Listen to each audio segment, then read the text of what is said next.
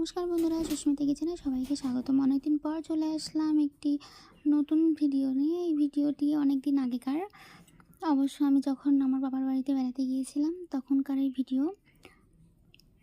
তো আমি আজকে আমাদের আশেপাশের কিছু জায়গা আপনাদের সাথে শেয়ার করব।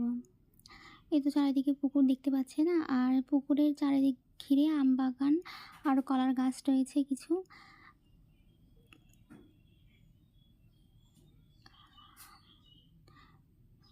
এ তো অনেক বড় একটি পুকুর, এখানে মাছ চাষ করা হয়। আর এই সাইডে সমস্ত আমের গাছ আছে আর কি। এগুলো সবই প্রায় রূপালি আমের গাছ।